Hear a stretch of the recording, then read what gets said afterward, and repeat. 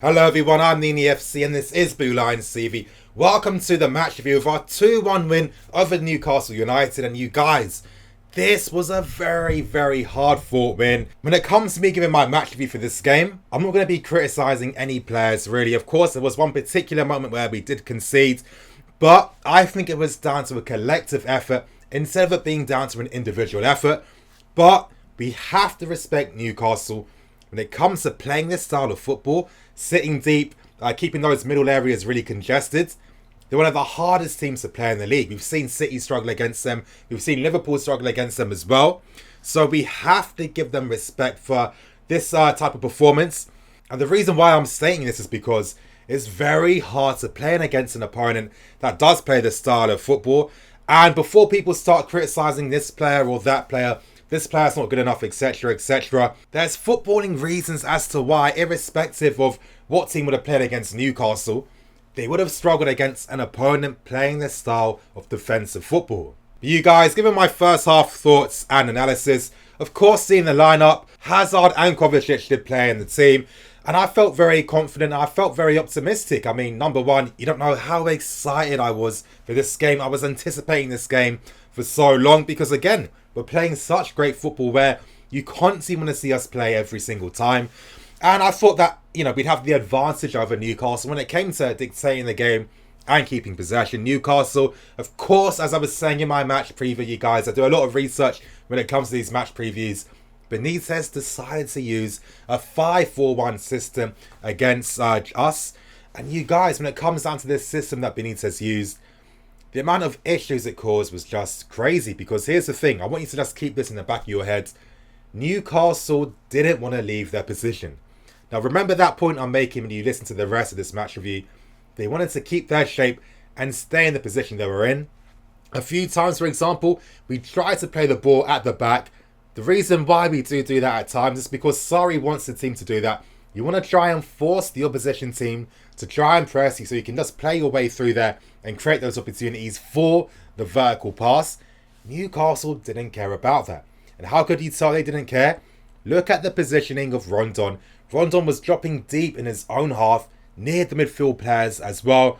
It was all about keeping their shape in those middle areas. And they didn't want Chelsea to have any joy or any luck in that half space. All that space between Newcastle's defence and their midfield. And we really struggled to break them down. They were for sure an immovable object which we just couldn't get past because they had no ambitions to try and play on the counter-attack. They had no ambitions to try and flood men forward on the counter-attack either. They weren't really trying to win the game. All Newcastle were trying to do was to not lose this game. And there was a lot of dark arts on show from Newcastle. Now, what do I mean by that? The one player they were constantly targeting and the one player they were trying to stop at all costs was Eden Hazard. Now, that doesn't mean that Newcastle were just being disgustingly dirty. I'm not implying that at all.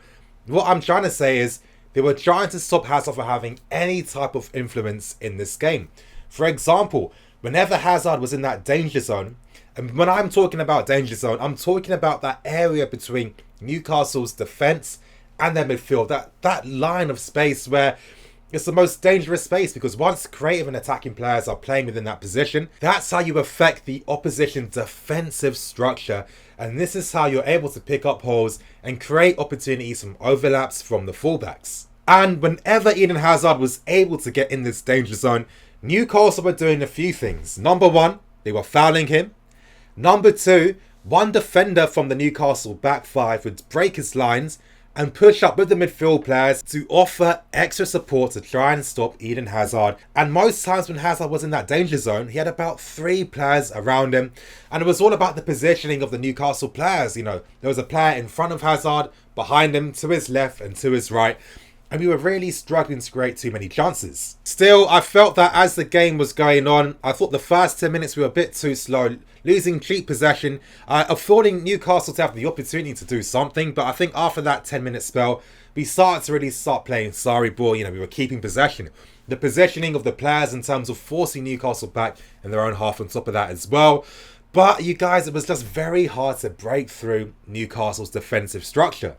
Now, you guys, there were a few times we were able to actually do this, but it wasn't at a consistent level. And basically what we were trying to do was we were trying to force the player down one side to then quickly switch possession to the opposite side of the pitch to try and catch out Newcastle.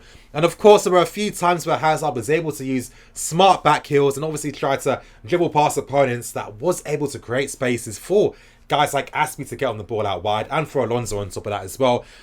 But there was nothing consistently dangerous from the chances we were creating. It was all about half chances that were being created.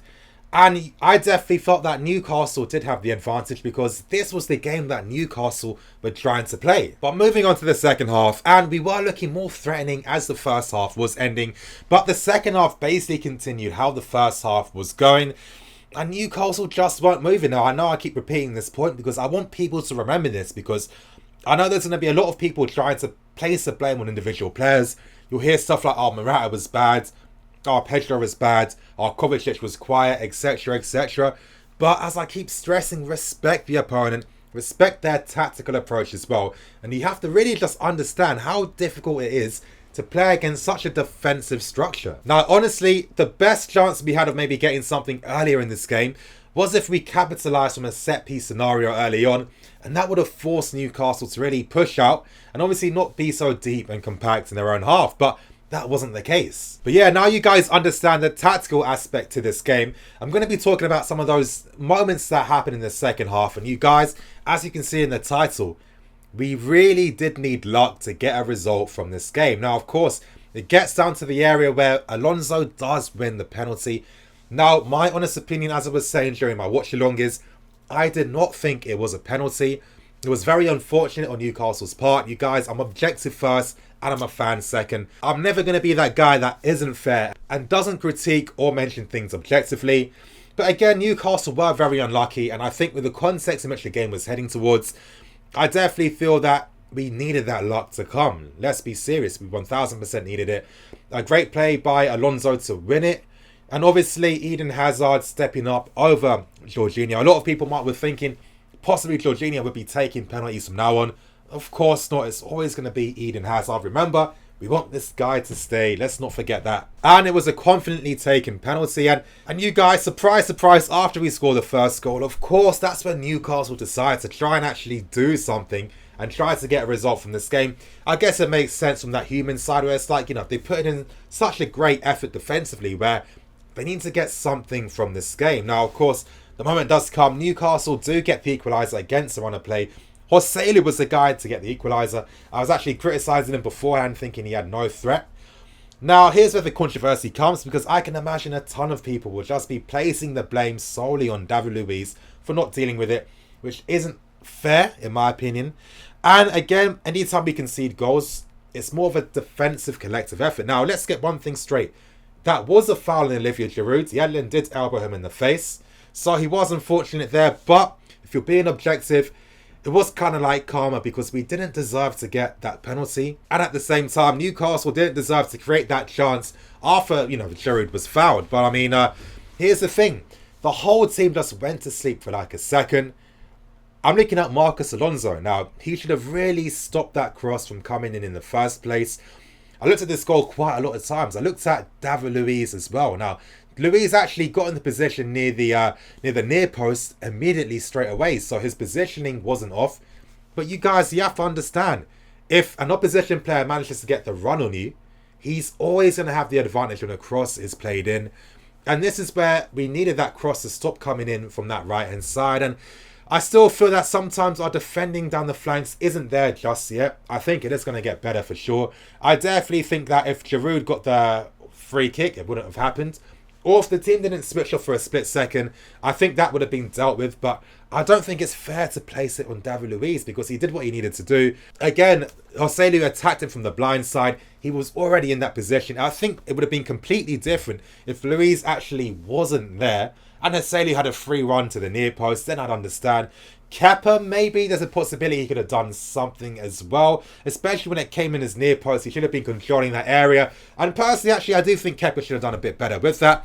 But again, you guys, I can't lie, I was worrying. I was thinking, wow, this is probably it. I don't see us getting an equaliser. But again, I think Lady Luck is just on our side, and maybe Lady Luck just likes Chelsea playing attacking football instead of playing this defensive stuff we've been playing over the years. Because that guy again, Marcus Alonso, and I mean, it's so crazy the amount of times he gets in these decisive areas and he creates these decisive moments as well. And I think it comes down to the fact that it's the positions he does take up. Now, of course, he's unlucky. The goal didn't count towards him. But again, thank God the own goal was created from him. We did make it 2-1. In a sense, I feel that it was deserved because I felt that, you know, overall, we were the only team trying to do something. That's not me taking away the effort the Newcastle players put in for that performance, because defensively, they were too diligent. They were really spot on with Benitez's tactics, and in a way, they were unfortunate in the manner in which they did concede goals, and we really did profit from good luck. But sometimes, you guys, it's the Premier League, it's football, you do need to profit from luck. But again, you guys, if there's anything to conclude this match review, we have to realise that expect more teams to pick up the same tactical approach that Newcastle used against us today. So it's going to be interesting to see what Sarri does in the future to try and change things. I mean, let's be serious. Guys like Hazard and Kovacic aren't fully match fit just yet. We're still not perfect yet when it comes to everything that Sarri wants with the team. It's getting there. But at the same time, you know, we can't take away anything from what Benitez did today and what the Newcastle players did as well. I think we just about edged it, but luck definitely played a part. And just before I end it, I'm being super petty, but I'm light-skinned, is what I do. I'm sorry, the referees today were really annoying. 5 minutes of extra time for no reason. The amount of times the army was fouling Eden Hazard. Eden Hazard was getting hacked how many times? Newcastle players were allowed to make how many fouls before they finally got booked? Again, it's something we have to expect as the season does go on. But again, that's 3 wins on the bounce for Sarri. Things are looking positive. Thank God Bournemouth are coming. Bournemouth playing attacking football. That's going to be their mistake. That's something we'll definitely capitalise over. You guys, I'm going to go 2-1 over Newcastle. Give me your thoughts and opinions in the comment section below. I'm Nini FC. This is Blue Lines TV. Signing out.